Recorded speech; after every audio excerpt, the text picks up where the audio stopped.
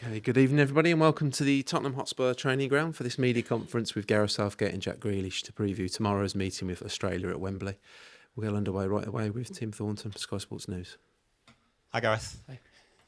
The Australia game gives you a chance to learn new things, but you'll want to win. So how experimental can you afford to be? Will you look to rest some key players to give opportunities to others? Well, firstly, it's one of the great sporting rivalries, and if Australia have any sniff that we're not taking the game seriously, then we'll be in trouble. So our mindset has got to be spot on. Equally, we've still got a bit of work to do to qualify for European Championship, but we're potentially 6 games away from that, and we have good players, and we need to give people opportunities to show what they can do. So, and that's part of our bond as a team is making sure people get chances to play and feel part of the group and important within that. So, yeah, we've got to get that right balance. Most importantly, we've got good players, and we need to have them in positions on the field where they can do their best work and where they feel comfortable, positions they play with their clubs, so that the transfer is as smooth as possible. John Stones, he's back in the squad, but he's not played a lot of football. So how do you manage him through 2 games in 5 days? Would he be ready to play in both? And linked to that, Levi Colwell, would you like to see him at centre-half, or is your plan to play him at left-back? Well, with John, we've had really good dialogue, which we always have with Manchester City. So we've got a plan in place for that. There's a reality around how much we should be playing him, given the amount of football he's had and the length of time he's been out. So we always look after all of our players physically. That's very important. Levi, we know he can play both positions. We like him in both positions, and you'll see when he appears on the pitch in whichever game where he's playing. Jack, you had such a fantastic season last year. Has it whet your appetite even more to win a major tournament with England? Yeah, definitely. I think it's something that I just got asked actually. So what's next? You know, after the season that I had with City, it was obviously an unbelievable season, one of the best of my career, especially in the second half of the season. You know, when I was playing a lot more and playing with confidence, and yeah, I think, you know, now we have, I think, the perfect team, you know, obviously a perfect manager, you know, guiding us, and I think it's something that we need to do. You know, we've come close, you know, now on two occasions, and I feel like we're just getting better and stronger. And I think, you know, you look at the players that we have in our team. I think there's quite a few that could play, you know, for I think any club in the world or any international team in the world. So yeah, I think that would obviously be next on the list, hopefully. How difficult is it coming off the back of such a successful season to hit those heights again? And what's your mindset going into these 2 games? Yeah, do you know what? It is. I don't mean this to sound like weird, but it obviously is difficult in a way, because, you know, you have such a high of winning a treble, and then you do think, like, you know, what would ever like top that? Obviously doing something, you know, at international level would definitely, you know, would. But then even at club level, you think, what would top it? And then you think, I don't know, maybe to win all 4, including the Carabao Cup, but we went out of that last week. And then you'd probably think, to do an invincible season, but we obviously got beat. So, yeah, we obviously, you know, to do what we done last year would be unbelievable again.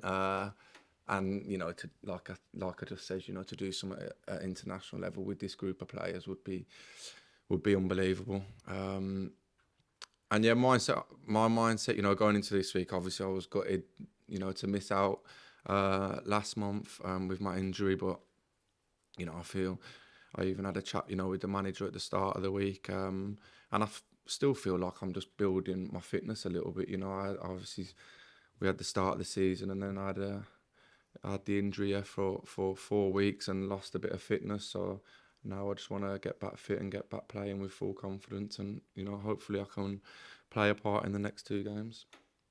And one more, Gareth, from me. The UK and Ireland confirmed as hosts for Euro 2028 this week. You've obviously experienced it as a player and a manager at a home tournament. So your thoughts on that, and also in terms of preparation for the tournament, as a manager, automatic qualification, or would you actually prefer to go through the process of qualifying in terms of better preparation for the actual tournament? Well, firstly, it's brilliant for all of the countries that are hosting. Great for local business, great for the teams, because there is home advantage, there's no question about that. And great for the fans to be able to see their teams playing at home in a major tournament. So that's a fabulous thing for everybody. The qualification, it's a mixed bag really, because you get a mixed range of fixtures. But ahead of 96, we were a season of friendlies, and they were varying levels really. Germany are experiencing that. It's not straightforward at the moment. So I don't know what would be better, but whatever it is, we'd approach it in the right way. And the great thing for England is that the squad we've got now, pretty much everybody can still go again. You've got so many good young players that by that point we'll have more caps, more experiences. There's already, if you look at the squad that we've got this week, there's the strong framework of a whole squad, and then you've got players in the under-21s and below that can come through and compete, and others that are around it. So England are going to be in a very strong position in 4 years' time as well. Thank you. Okay, thanks, Tim. The next question, go back to Carrie Brown. First one to Jack. You considered there was a potential of you coming to Tottenham a while back, and now Ange Postecoglou and Tottenham unbeaten this season. He's just given a rousing speech to the Socceroos, of course, the former Socceroos manager, telling them to go and make the moment of take their chance at Wembley and knock England off their perch. What have you made of him and what he's achieved, and has it given you a new respect really for Australian soccer? Yeah, I didn't actually see that he'd been to speak to him actually, but no, I think they've been brilliant. To start the season the way that they have, and the football that they're playing, I think they've been brilliant. And they're coming into this international break top of the table. I obviously knew that he was a good manager, from his Celtic days. But to come and do it in the Premier League is probably a little bit tougher. But yeah, I feel like he's been brilliant for them. And I think even over the years, we've all seen so many good Australian players. So I think there's always had that respect there, and obviously it would be nice to play them at Wembley tomorrow. And you hope the England fans can be a little bit more patient with your manager when he's tinkering in these friendly games, preparing for a tournament, because how much do you all learn as a team with those? Yeah, I think he obviously has one of the hardest jobs in the world, I think. But I think whatever he does sometimes, I think all of us nowadays, whatever we do, people will have something to say. And yeah, obviously, it's difficult because obviously we have a friendly and then we have a qualifier. So I'm sure the England fans, will be patient in that sense. And I think it'll be obviously a perfect night tomorrow. Fingers crossed. And Gareth, a question of Jack, because he's on the top table with you, match day -1. So it shows what he means to you in his team. How much has he solidified his seniority among your top men in your squad? Well, he's grown as a player. He's always been a fabulous talent, and I've always got to be careful here not to upset the Villa fans again, haven't I? But that I think moving to a club where he had to win every week, the pressure was on to win every week, the demands of his coach. So you develop different attributes. You become a more rounded player, and those experiences are with him now. So he's got great experiences with us, great experiences with his club. He brings, as he's been tonight, we've got different personalities in our squad, and characters like Jack, like James Maddison, the sort of creative types, Trent. We've got a lot of lads that view the world differently, that see different pictures, that see the game differently. That's what makes a team. That's what makes a squad. So, we love working with him. He's brutally honest about his performances. Sometimes I think he's a bit hard on himself. He's different to. We've got depth in that wide position, but he's different to all those other wide players we've got. Jude Bellingham, and returning from his stint at Real Madrid, can you put into words how you think his season has gone so far? Well, it's an incredible start, really.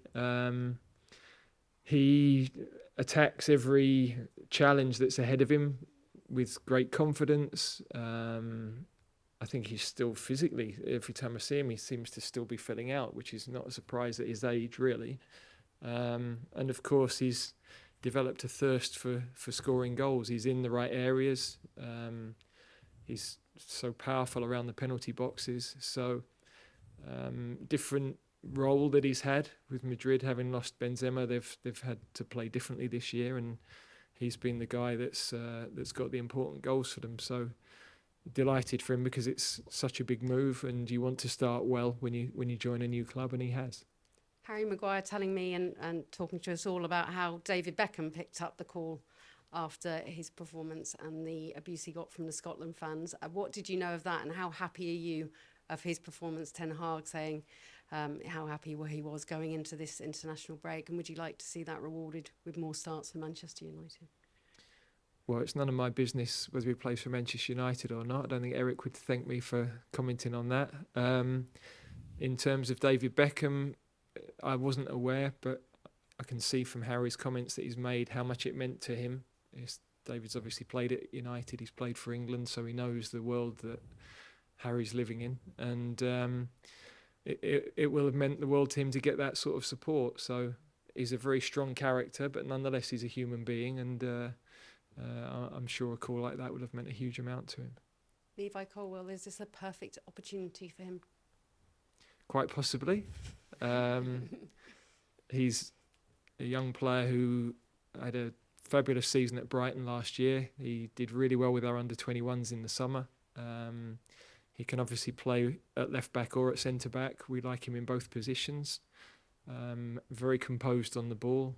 And already this week he's had a couple of camps with us now, and you can see he's more comfortable in the environment and growing in confidence with the group. So he'll be on the pitch this week, and it will be great to see. Thanks, Gary. James? Hi, Gareth.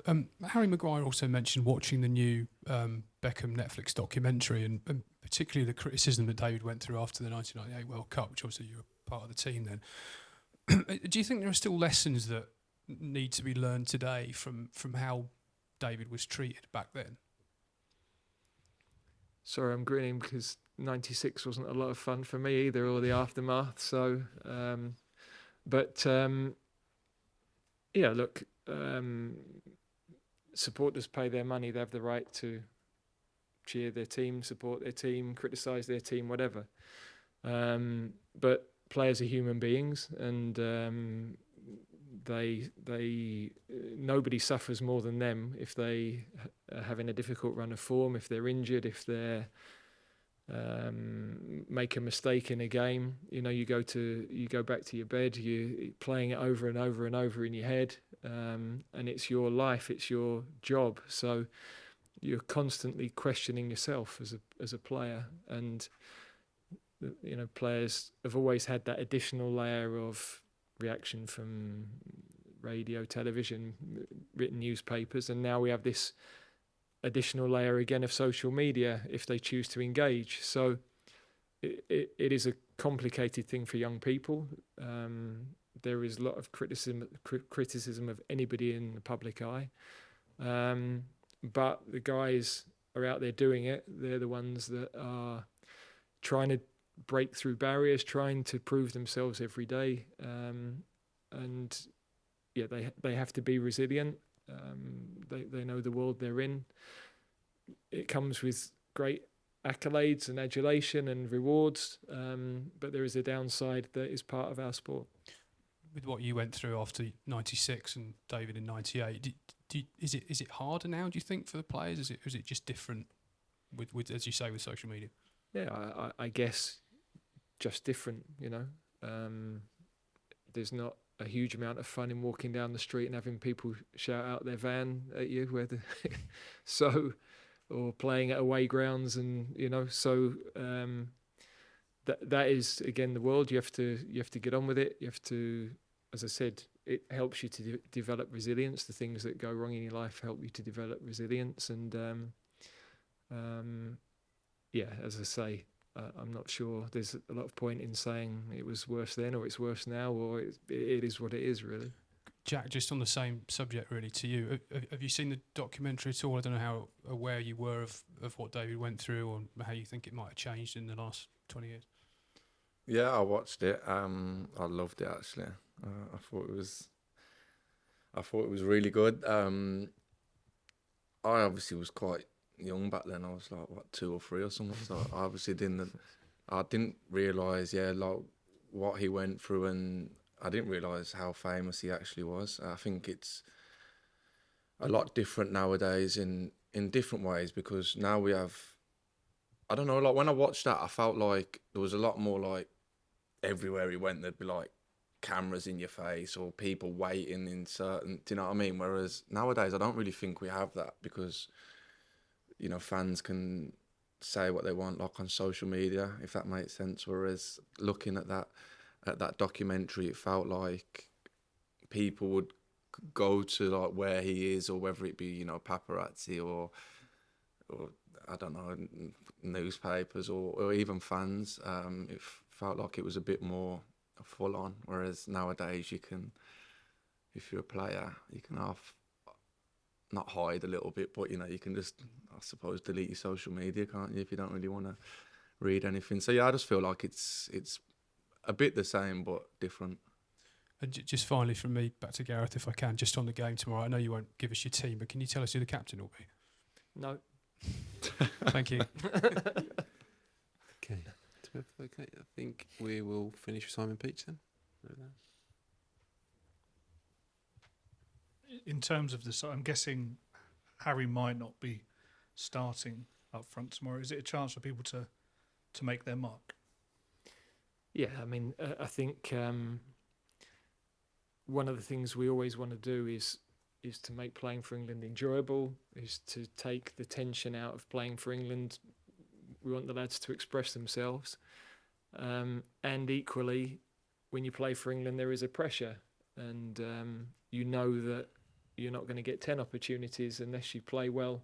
Every player that comes into the squad experiences that, has always done. So you can't relieve that. You can't, no matter what I say to a player, he's going to know that. So players coming in, they are opportunities, and you have to grasp them. But they've had to do that at every stage of their career as well. You know, when they've first gone into a club as a young player, or when they've first gone in the first team at the club. So they are used to that, and all of them are more than capable of going and playing it incredibly well. And they'll also be very excited about a full house at Wembley and the opportunity to play there. And on a far more important and bigger matter than football, the FA have announced its stance ahead of tomorrow night on the Israel-Gaza conflict. Just wondered your thoughts, and I guess you support what the FA has released. Well, firstly, incredibly harrowing pictures, and thoughts and feelings are to everybody who has suffered, who have lost relatives and friends in these attacks. It's incredibly disturbing to see. On a broader scale, in my lifetime, it's one of the most complex situations in the world. And I think everybody is grappling with how best to deal with that. I don't know what it's like to walk in the shoes of people on either sides of that conflict. So what I do know is that I think people at the FA will have consulted with everybody they possibly can, and they would have tried to make the best decision with good intentions. Clearly, whatever decision they came to would have been criticised in one way or another. So I also recognise how difficult it was for them. I wasn't involved in those discussions. They were long and went on for a long time, I know. But they've decided to take the stance they have, and we will get on with that. Thanks, guys. We'll end it there. Cheers. Thank you.